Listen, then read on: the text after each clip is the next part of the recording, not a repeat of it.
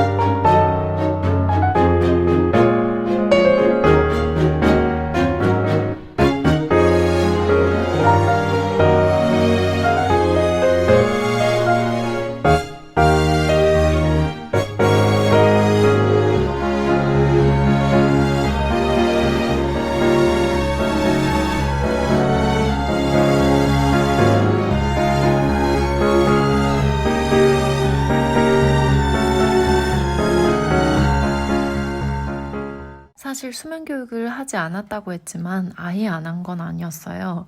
항상 잘 땐 쪽쪽이를 물리고 백색 소음을 틀어줬어요.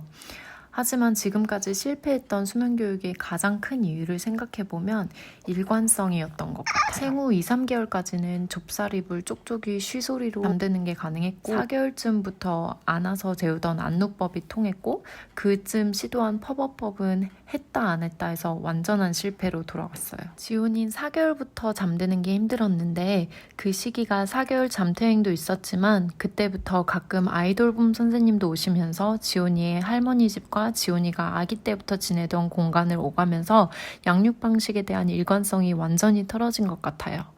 지훈이의 생활 패턴이 일정하지 않다 보니 모든 수면교육 방식이 안 통했고 그게 쌓여서 7, 8개월 때부터는 정말 수면교육을 해야지만 저도 아이도 살 수 있을 것 같았어요. 수면교육을 시작하고 자료를 읽으면서 제가 놓치고 있던 수면교육의 핵심은 어떤 양육자가 진행을 하던 동일한 수면의식이었어요. 지금까진 아무 의식 없이 그냥 눕히고 재우려고 했다면 수면교육을 시작하면서는 자기 전 의식을 꼭 해요.